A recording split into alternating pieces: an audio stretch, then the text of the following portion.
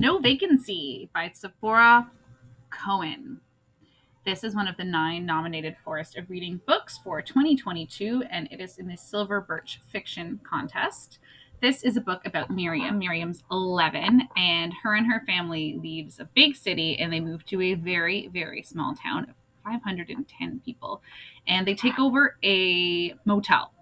So her family's bought it. This is her first time living and working in a motel, and she's had to leave all her friends behind. And so I'll read you a little bit of the beginning, but I want you to know that even though it kind of sounds like a sad start, that this book has lots of small miracles and happiness. And so I definitely recommend it to everyone.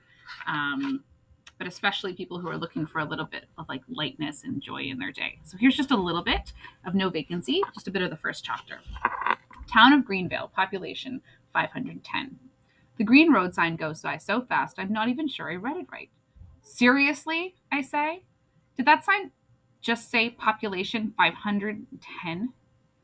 There are practically more people than that on one block where we live, where we used to live. What sign? Says Dad. I need to pee again, I say. I weaseled a Coke out of Dad at the last rest stop, and now I'm paying the price.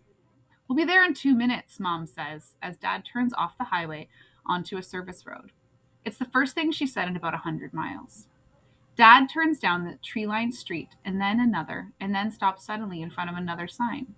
Sammy is asleep in his car seat. I tickle his feet through his socks, and his eyelids flutter, but he doesn't wake up.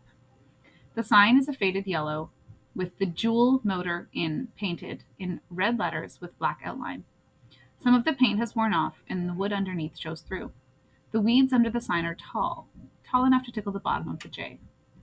On the top, someone has taped a smaller sign made of cardboard. Closed. Reopening. Monday, July 6th.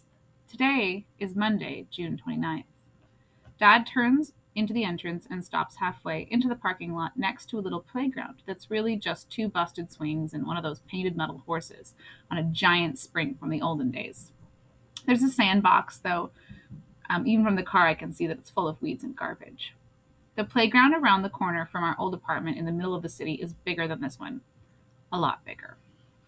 Dad parks in front of the 2-story building, the color of dried mustard. Mom sighs and leans over, and he gives her a kiss. Here's to new beginnings, he says. Mom sighs again. I don't think she likes new beginnings. Seeing the Jewel Motor Inn up close, I'm not sure I do either. Though it's not like I have a choice. After Dad lost his job, we had to give up our apartment, and now my 2 best friends will be 5 hours away and having new beginnings without me. Dad gives me a big smile, the kind adults give you when they're trying to make you feel something they don't. Welcome home, he said. Mom and Dad get out of the car and tell me to stay with Sammy, who's still sound asleep, his head tilted to one side and his lips pursed like he's dreaming about kissing, even though he's only 2.5 years old. I open my door and stand next to the car so I can get a better look at my new home. The hot, muggy air outside feels like the air in the city, but smells different. Greener, I guess. On the first floor, right in front of our parking spot, is a glass door with reception painted on it in faded letters. There are 2 big planters on either side of the door, filled with dried-out brown plants. Mom comes out to the door. A bell jingles when it opens. She reaches into the door and grabs her phone. I have to pee, I tell her. Stay with Sammy. Please, Miriam, Mom says, and she shuts the car door too hard, and then Sammy wakes up. Out, he says, rubbing his eyes and looking at me. Out! I reach over and squeeze his chubby little hand 3 times for I love you, like Grandma taught me when I was little. When I unbuckled him, he climbs into the front seat and pretends to drive, and I scramble to the passenger seat to try and make sure he doesn't honk the horn. He's lucky. He's too young to have real friends to leave behind. He didn't care about leaving his room or his school or his favorite teacher. His whole world is still with him. Come, Sammy. He grabs my hand and we head into reception, just as Mom and Dad come out. I peek behind them. The room is empty.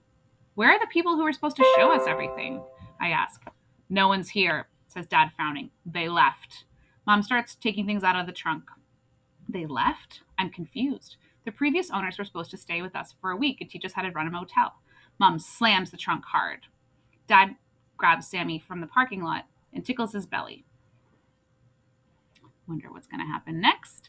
And I can already see that there's some connections between this one and others, so enjoy this. And the other 9 competitors from this